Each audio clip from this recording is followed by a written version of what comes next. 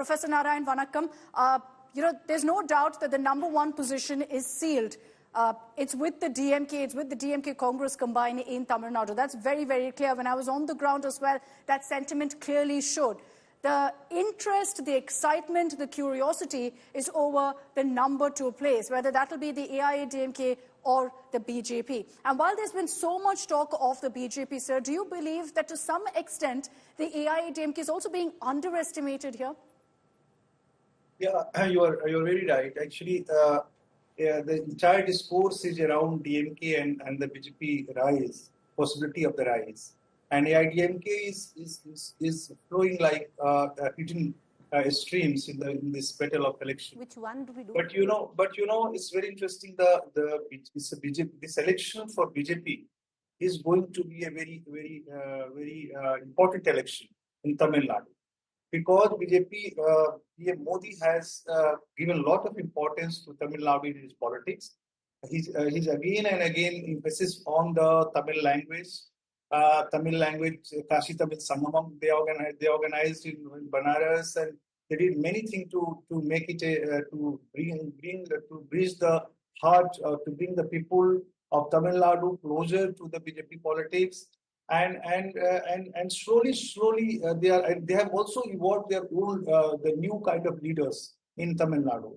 So let's see that how BJP is going to perform, because the performance of AIADMK is very much based on the BJP performance. If BJP takes the lead, then AIADMK votes may shift towards BJP. It may be possible, and if that is happening, then BJP will give a good result. If that is not happening, then vote percentage of the BJP will increase certainly in this election. But transforming in the seat, it's very difficult to say how much they are going to get. So this election is very crucial for BJP, not in terms of seat, but perception. But if they won certain numbers of seats here, it will give a big message in the country, because BJP has made this expansion in all over India. But Professor Narayan, I'm standing right next to our intelligence election dashboard, and I want to ask you a question. If you wanted to go back and look at a seat which would be interesting in terms of outcome, which seat are you looking at? What are the seats that you're studying very closely and say, yes, something could turn here? The voting percentage maybe could shift in this particular seat. Which ones would they be? Let me ask you both. I think Professor Narayan, go first. Yeah, Annamalai seat is certainly very important in Tamil Nadu politics. Coimbatore seat, Annamalai seat. Yes. Mr. C. Raman, if you wanted to pick a seat and say, I'm going to be looking at how that seat actually unfolds, and if you look at the past, which seat would that be? I don't think there's just one seat which we can say is competitive. I think there are about 5-6 seats as far as the BJP is concerned. They include Kanyakumari, Tirunelveli, Coimbatore, Ramanathapuram, Theni, and Vellore. So these are the 6 seats that the BJP is going to almost certainly be competitive. We're just going to come back to you, Mr. Raman. We'll cut across live now to a conversation with Gaurav Gogoi. ज़्यादा समस्या ना खड़ा करे, और सभी लोग जो vote देने के लिए उत्सुक है, सभी को आज अच्छी तरीके से वोट देने का अवसर मिले. Sir, you are on live on India Today right now, and क्या कहना चाहेंगे आप वोटर्स के लिए कि इस वक्त असम में 14 सीट्स है, तो आप कितना आशाएं रखते हैं अभी? देखिए, मुझे लगता है कि हर नागरिक को पता है कि ये निर्वाचन गणतंत्र के लिए, लोकतंत्र के लिए, संविधान के लिए, भारतीय संस्कृति, भारतीय परंपरा के लिए कितना महत्वपूर्ण है.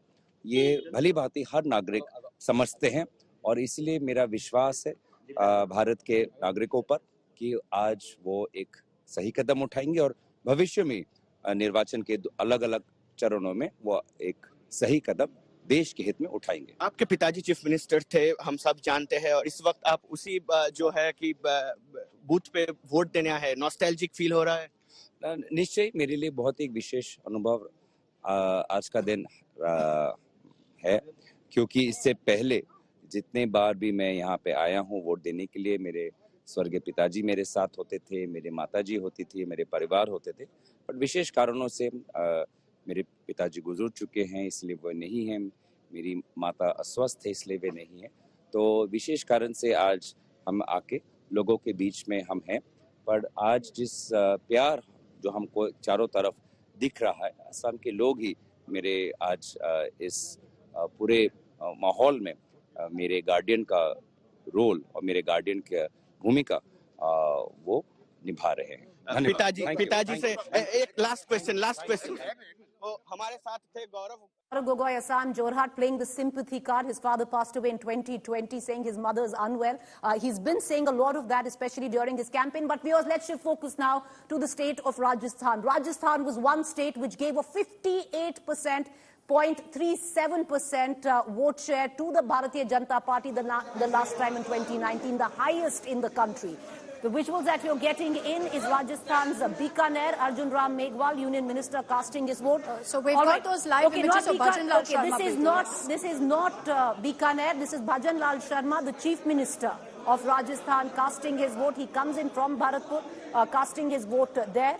You can see him and his wife. But where Rajasthan is concerned, it's interesting. 12 of the seats going into vote in the first phase of elections. And in terms of just play, you're seeing contests, you're seeing pitched battles on ground, you're seeing candidates, turncoats all coming together in the poll fray. This is the newly minted Chief Minister of the state of Rajasthan. Rajasthan went to vote in 2023, and Bhajan Lal Sharma, who hails from the east of Rajasthan, the Bharatpur Karoli belt, casting his vote there alongside his wife. They're also going to cut across lots of top leaders of the Bharatiya Janata Party in the poll fray as well. Some turncoats who've totally quit the pitch where Rajasthan is concerned. But that is Bhajan Lal Sharma. And I want our viewers just to once again, turn around and look at our election intelligence dashboard.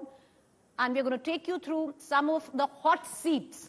Why do I call them hot? Because when I was on ground, when you're there, you just don't know what's going to happen. These are pitched battles that are going to be fought. And if of the 12 seats that are going into vote in the first phase, if I had to pick 3, my pick will be Nagaur. Now, Nagaur is with the RLP. All right, okay. Let's go back to Chennai. Listen into Annamalai. And move away. And for Tamil Nadu BJP, today is such a day because we have waited for long, and our party workers have done a lot of hard work over the last many years.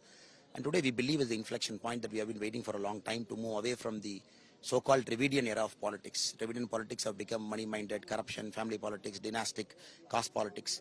And today we believe Tamil Nadu will move to a new era of politics. And April 19th will make it happen, and June 4th will tell us that it has happened. So on June 4th, what is the vote share and the number of seats? I am very confident that NDA will cross 35%. BJP on our own, we should somewhere be close to 25%. And the MPs would be in double digits. Okay, last question. What is the message that you want to send out to the voters who are coming? My request to everybody is, madam, nobody should seek an excuse for not voting. And it's once in 5 years. It's a big responsibility. The makers of constitutions have placed the responsibility on us to make this democracy functioning. And today is a day where everybody should come out, everybody should vote, and everybody should be a part of whatever they seek. And please come out and vote.